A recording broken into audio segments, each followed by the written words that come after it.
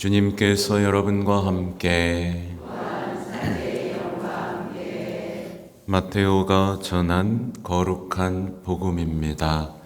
주님 영광 받으소서. 그때 예수님께서 군중에게 말씀하고 계시는데 그분의 어머니와 형제들이 그분과 이야기하려고 밖에 서 있었다.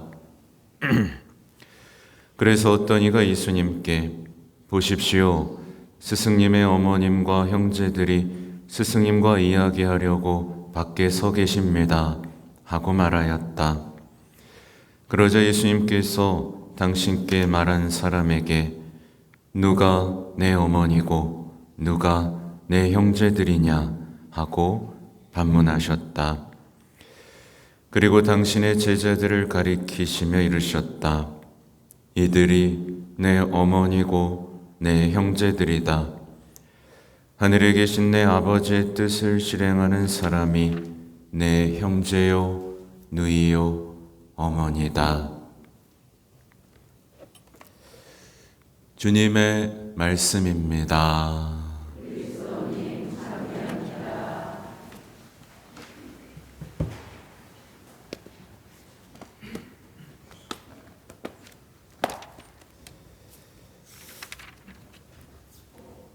전미애신님,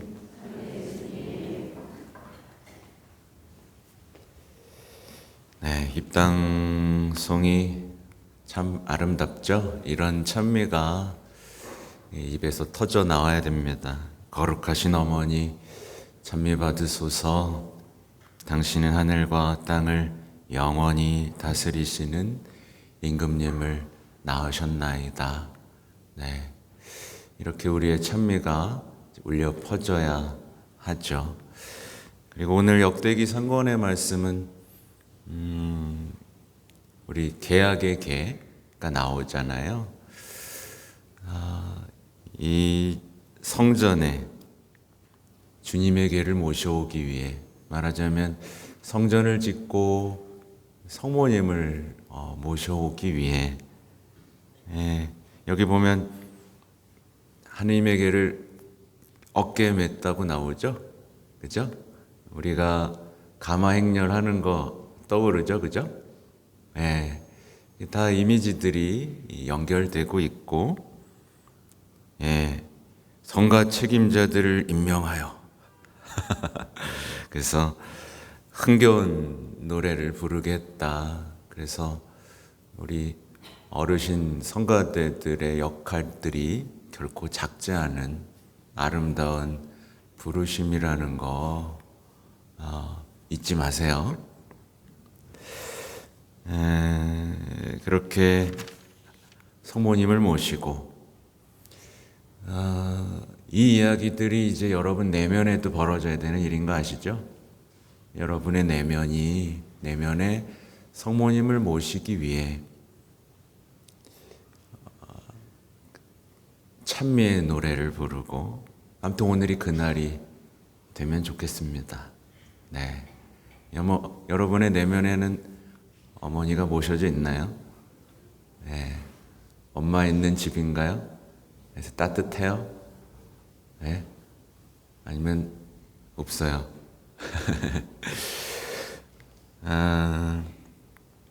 그냥 오늘 두 가지 생각이 오가더라고요. 미사를 시작하는데 두 가지 생각이 뭐냐면, 여기서 이렇게 성모신심 미사를 2년 꾸준히 했는데 늘지는 않는구나. 이렇게 좋은 것들을 꾸준히 쉴 새 없이 선포했는데 꼼짝도 안 하는 사람들이 많구나 라는 생각과 동시에, 그럼 이게 실패냐? 아니죠. 우리가 하느님과 함께하는 동안은 모든 것이 성공입니다. 여러분의 삶에도 그런 것들을 발견하고 기뻐할 수 있는 여러분이 되기를 바라요. 네. 아무튼 오늘 제가 나눌 얘기는 이 형제 얘기예요. 그러니까 누가 내 어머니고 누가 내 형제들이냐라는 이 질문들이 가슴에 울려 퍼지더라고요. 어제 종일. 이게 또 겹쳐지는 게 누가 이웃이냐, 이웃이 되어 주었느냐. 그렇죠? 우리는 계속해서 구분하는 시대를 살고 있어요. 너와 나. 그리고 무관심의 정당화의 시대. 제가 어제 써놨다가 지운 강론이 있는데 이게 착한 사마리아인에 대한 강론이에요. 그러니까 말하자면 누가 쓰러져 있어요. 그죠?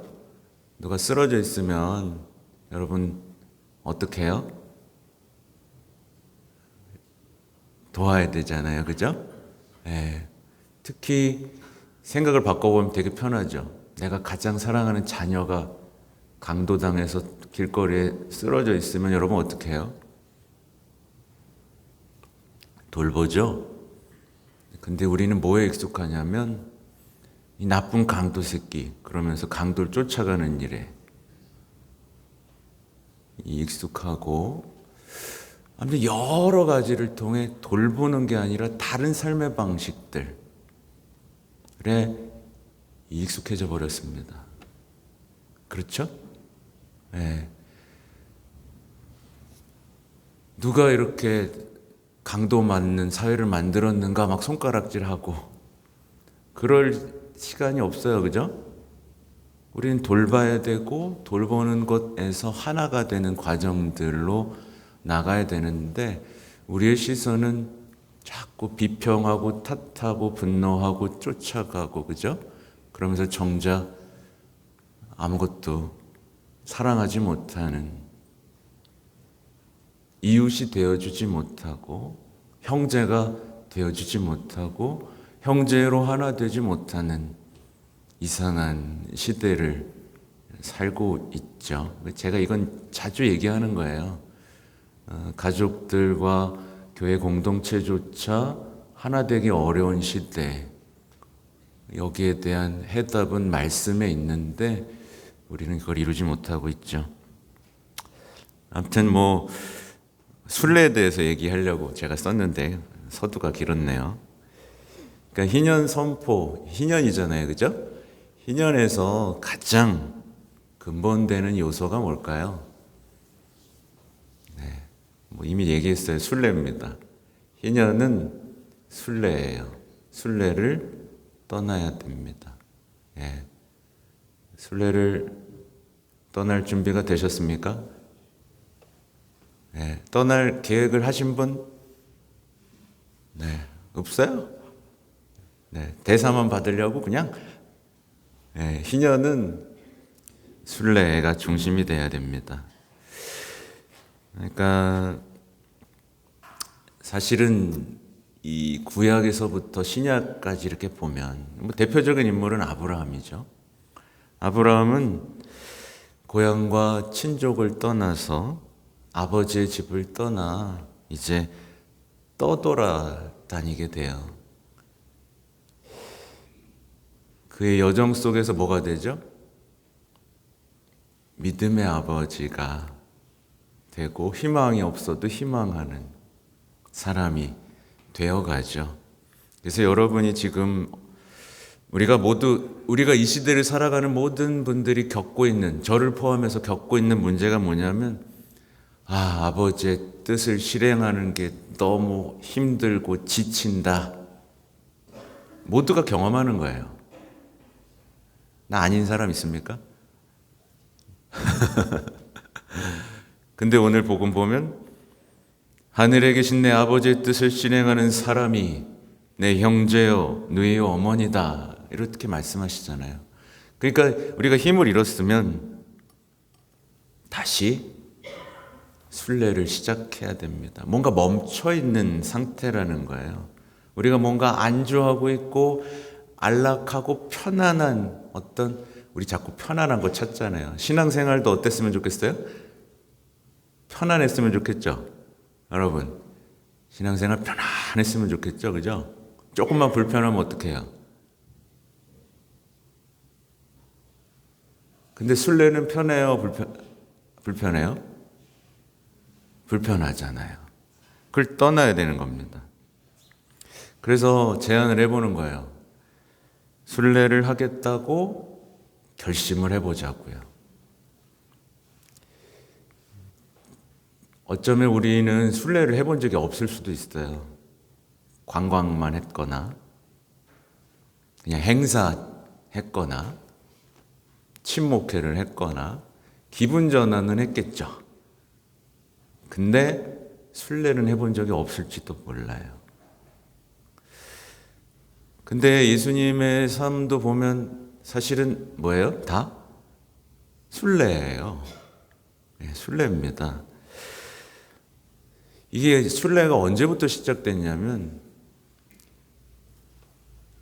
성모님의 뱃속에 잉태되자마자 하신 게 뭐죠? 순례예요. 순례예요. 뭐야? 누가 눈을 치우나 봐. 아, 구멍을 막고 있다고요? 아무튼 성모님의 뱃속에 잉태되자마자 타인을 향해 떠나십니다. 성모님도 자신에게, 그러니까 성모님이 잉태하셨을 때 상황이 어땠어요? 손가락질 받고 위험했죠? 근데 자신을 보호하느냐고 숨어요, 안 숨어요? 아니요, 나가요. 자신 밖으로 나가고 순례합니다. 그러면서 만남이 이루어지고 사명이 주어지고 행복해졌잖아요. 그러니까 우리의 삶이 멈춰 있는 것 같고 의미가 없는 것 같고 생동감이 없다면 뭐가 끊어진 거다? 순례가 끊어진 거예요.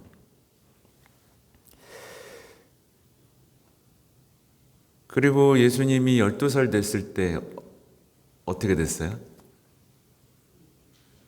갑자기 혼자 순례를 가요. 말하자면 성모님이 애를 태우면서까지 하나의 틀에 박혀있던 삶의 경계를 넘어가 버립니다. 그러니까 순례를 하게 되면 우리는 내가 생각하고 있던 삶의 경계를 하나 넘어서게 되고 하나의 새로운 정체성을 향해 나아가고 아버지와 나와의 관계를 발견하게 된다는 거죠. 그죠? 갑자기 막 순례가 하고 싶죠, 그죠? 네. 예수님 보시면 갈릴레아에서 결국에 복음의 전체 흐름을 보면 갈릴레아에서 예루살렘까지 죽음을 향한 순례의 여정이었어요. 그리고 제자들 보고 뭐라고 하셨죠? 따라와, 나를 따라라. 그래서 순례는요, 저도 이제 순례를 가지 않습니까? 다음 주 월요일이군요. 네, 순례 가고 싶었습니다. 네. 근데요, 그냥 뭐 다른 얘기일 수도 있는데 서로 순례 갈 수 있게 도와주셔야 돼요. 그렇죠? 우리는 이상하게 서로 붙잡아두는 게 있어. 물귀신처럼. 어딜 못 가게 서로 붙잡아두고 숨 막히게 하는 경우들이 있어요. 그렇죠? 네. 제가 엊그저께 이제 가달루페 가시는 분들 줌으로 미팅을 했는데 제가 조금 막 긴장도 하게 됐습니다. 왜냐하면 첫 순례래, 어떤 분들은. 그러니까 순례를 막 돈이 남아나서 순례하는 사람 없잖아요. 시간 남아나서 순례하는 사람 없잖아요. 그죠? 네, 다 바쁘고 돈 없지만 시간을 내서 순례를 가는 거잖아요. 그렇죠? 뭔가에 기대를 하고 삶이 바꾸기를 원하면서 순례를 하게 되면 글쎄요, 우리가 너무 많은 말을 해왔고 너무 많은 생각 속에 있었다는 걸 알게 됩니다. 잠시 공원을 걷기만 해도 알게 되는 것들이죠. 그리고 정말 단순한 삶의 가치를 깨닫게 되죠. 순례 갈 때 짐 뭐 요거밖에 안 갖고 가잖아요. 그동안 필요했던 거 다 두고 가는데 오히려 행복해져요. 그죠? 다 없는데 오히려 행복해집니다. 그리고 그 피조물들, 거기서 만나는 수많은 사람들과 자연들과의 만남 속에서 이제 놀라고 감사할 수 있는 마음도 되찾게 됩니다. 그 만남, 관점, 삶이 풍요로워지죠. 또 순례를 가면 당연히 화해성사를 하고 싶어져요. 화해성사를 해서 희망의 샘에서 물을 길어 다시 나도 목을 축이고 싶다라는 갈망들이 생기게 되죠. 문제는 뭐냐면 약발이 오래 안 간다. 약발이 오래 안 간다. 그죠? 순례가 아니었던 거고 그게 내 삶의 순례로 이어지지 못한 거겠죠. 사실 우리는요, 이 사회는요 되게 병들어 있습니다. 맞죠? 근데 여러분, 이 병든 사회에 익숙해요, 안 익숙해요? 익숙하죠. 익숙해지면 못 보는 게 많아집니다. 그렇죠? 당연하게 생각해온 것, 나쁜 거고 잘못된 건데 당연하게 생각하게 되고 그 틀에서 벗어나지 못하게 돼요. 그러니까 순례는 우리가 얼마나 병든 세상에 익숙해져 있는지를 알게 하는 계기도 되고, 아까 말한 것처럼 제가 착한 사마리아인 말씀드렸듯이 이 시대는 무관심을 정당화해요. 그냥 TV에 가난한 사람들 나오면 나오지도 않아 이제. 우리나라는 나오지도 않아요. 그냥 정치 뉴스만 가득하죠. 그리고 사랑 없는 삶의 안락한 삶의 방식, 그걸 살게 되죠. 이미 뭐랑 멀어졌죠? 하늘에 계신 아버지의 뜻과 멀어진 상태인데도 불구하고 경각심을 못 느끼게 만드는데, 순례를 하게 되면 이 모든 것들이 보이게 되고, 순례를 하면 희망이 생기죠, 그죠? 그러면서 우리가 그동안 너무 환멸과 절망에 익숙했구나, 낙담과 무기력에 익숙했구나,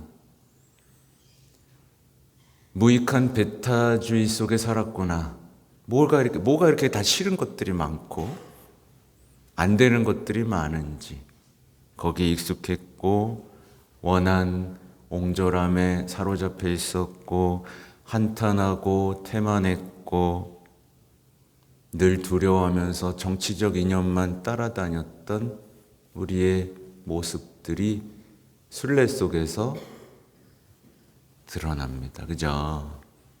그래서 희년에서 무엇보다 다시 한번 강조드리지만, 희년의 모든 행사의 근본 요소는 순례다.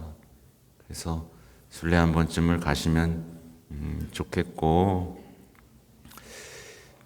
뒤에 이어지는 이 얘기는 뭐냐면, 이제 순례를 할 때 우리가 항상 해야 되는 게 있어요. 뭐냐면 성체조배하고 묵상, 또 주님의 기도와 신앙 고백. 왜 하라고 할까요? 이 가치를 재발견하라고. 우리에게 주어진 주님의 기도와 우리에게 주어진 신앙 고백이 얼마나 중요한지 재발견하라고 알려주는 거고요. 희년 대사에 대한 얘기이기도 한데요. 아픈 사람들 있잖아요. 아프고, 예를 들면 봉쇄 수녀원에도 있기도 하고, 이런 사람들 순례 못 하잖아요. 그죠?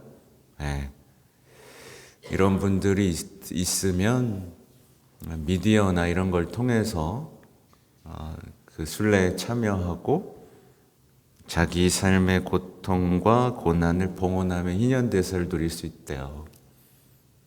그러니까 이게 얼마나 활짝 열린 문인지, 요만큼 열어놓고 들어와 봐 이게 아니라 그냥 활짝 지금 자비의 문이 열렸다는 걸 말씀드리는 겁니다.